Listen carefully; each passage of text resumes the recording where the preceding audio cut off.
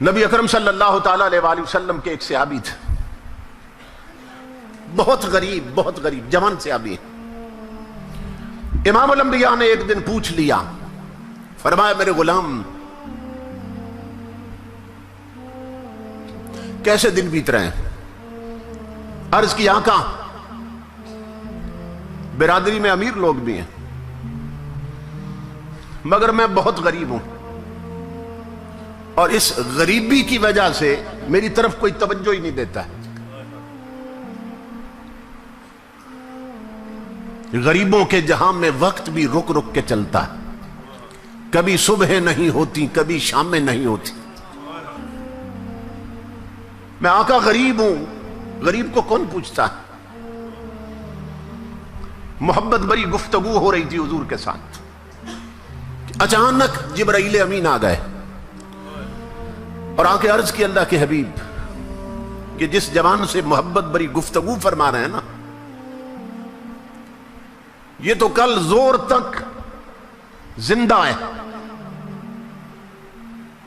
کل زور کے وقت تک اس کی زندگی ہے، یہ فوت ہونے والا ہے۔ کل زور کے وقت اس نے مر جانا ہے میرے آقا۔ اوپر سے آئے تھے نا، لوح محفوظ دیکھ کے آئے تھے، اس کی موت مقدر بن چکی۔ آقا اس کے پاس تھوڑا وقت، یہ مرنے والا ہے۔ جبرائیل امین یہ خبر دے کے چلے گئے۔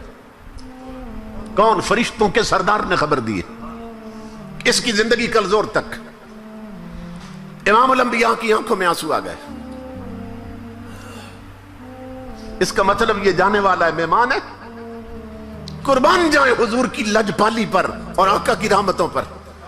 میرے آقا نے اس جوان سے پوچھ لیا، بتایا نہیں اسے۔ میرے آقا نے فرمایا او جوان، تیری زندگی کی کوئی بہت بڑی حسرت ہو مجھے بتاؤ تاکہ پوری کر دی جائے۔ اس کی آنکھوں سے آنسو بہہ نکلے۔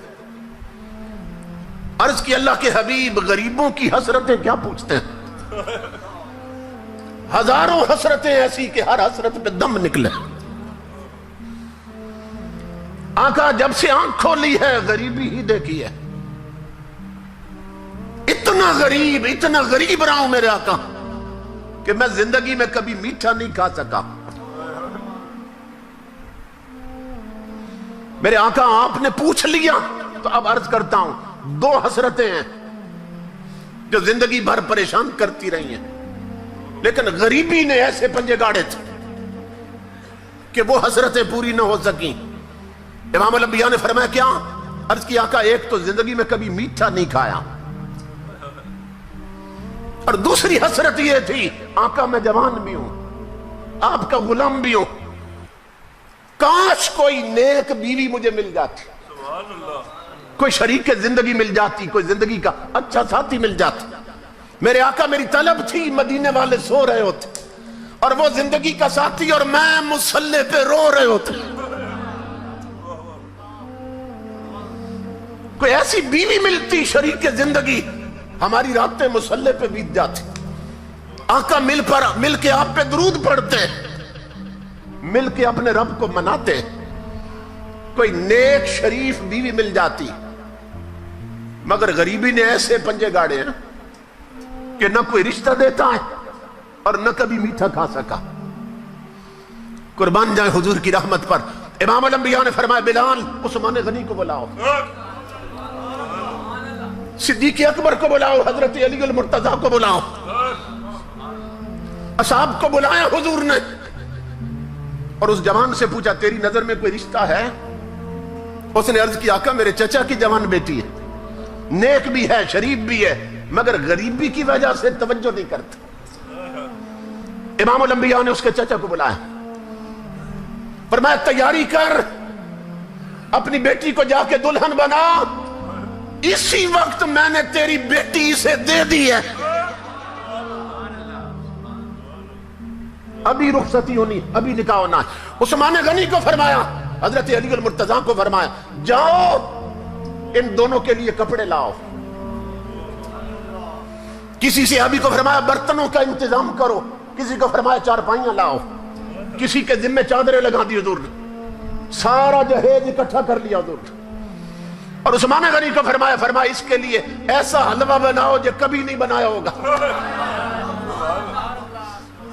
कुर्बान जाए कि कल इसने चले जाना है, आज दोनों हसरतें पूरी कर दो इसकी। इतना भला तो मां नहीं चाहती जितना हुजूर चाहते हैं। इमाम अल-अंबिया के गुलामों, मस्जिद नबवी में उसका अभी हुजूर ने निकाह पढ़ा दिया। एक सहाबी से फरमाया तेरा घर खाली है, तू इसे देता है? और इसकी आका कुर्बान, फरमाया इस घर में इसकी बारात ले जाओ, दुल्हन भी पहुंचाओ, हलवा भी पहुंचाओ, सामान भी पहुंचाओ। इमाम अल-अंबिया के गुलामों, सब कुछ पहुंच गया। जब दूसरा दिन आया ना, रात गुजरी, तो इमाम अल-अंबिया ने एक सहाबी को फरमाया तुम जोर के वक्त ना उस घर के पास चले जाना, वो जिस दूल्हे की कल शादी की है, और तुम असर तक ना घर के गिर्द चक्कर लगाना, उस गली से गुजरते रहना, और सुनना कि अंदर से रोने की आवाज तो नहीं आई, और जो ही रोने की आवाज आए मुझे बताना तूने आके। ताजदार अंबिया के गुलामों, वो सहाबी असर तक वहां रहे। गली में जब जाए अंदर से हंसी की आवाज आए, खुशी की आवाज तो आए, रोने की ना आए। असर का वक्त हुआ, वो हुजूर की बारगाह में हाजिर हुए। इमाम अल-अंबिया ने फरमाया मेरे गुलाम क्या खबर है? अर्ज की आका वहां तो कोई रोना नहीं है, अंदर से तो हंसी की आवाज आ रही, अंदर से तो खुशियां पनप रही। इमाम अल-अंबिया सजदे में गिरे, मौला ये क्या राज? जिब्रील फरिश्तों का सरदार है, उसने खबर दी थी कल जोर के वक्त जवान ने फौत हो जाना, और अभी तक वहां रोने की आवाज नहीं आई, अंदर खुशियां हंसी हैं। मौला क्या राज है? अल्लाह रब्बुल इज्जत ने आवाज दी मेरे हबीब मुझे अपनी इज्जत की कसम, जो जिब्रील ने बताया था सच बताया था। तकदीर यही थी, आज इस जवान ने मर जाना है, जोर के वक्त फौत होना है, लेकिन मेरे हबीब जब आपने उसकी शादी करके सामान भेजा,